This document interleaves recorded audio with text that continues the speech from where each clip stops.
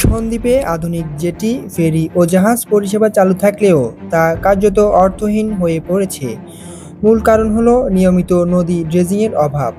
নদীর তলদেশে পলি জমে অগভীর হয়ে যাওয়ার নৌযানগুলো জেটির কাছাকাছি আসতে পারছে না। ফলে যাত্রীদের এখনও কোমর সমান কাদা মারিয়ে নৌকায় উঠতে হয়, অসুস্থদের কাঁধে বয়ে নিতে হয়।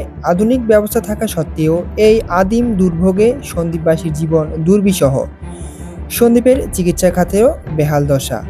গুরুতর অসুস্থ রোগীদের দ্রুত চট্টগ্রাম নিতে হয়, কিন্তু সেখানেও সেই একই দুর্ভোগ। রোগীকে নৌযানে ওঠাতে কাদামাটির বাধা পেরোতে হয়।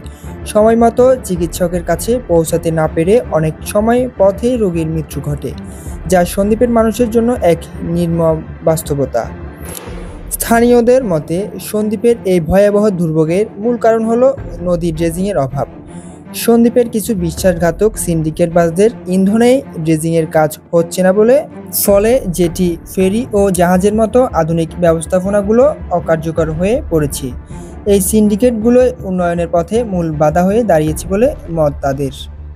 জাহিদ হাসান, সন্দ্বীপ টেলিভিশন।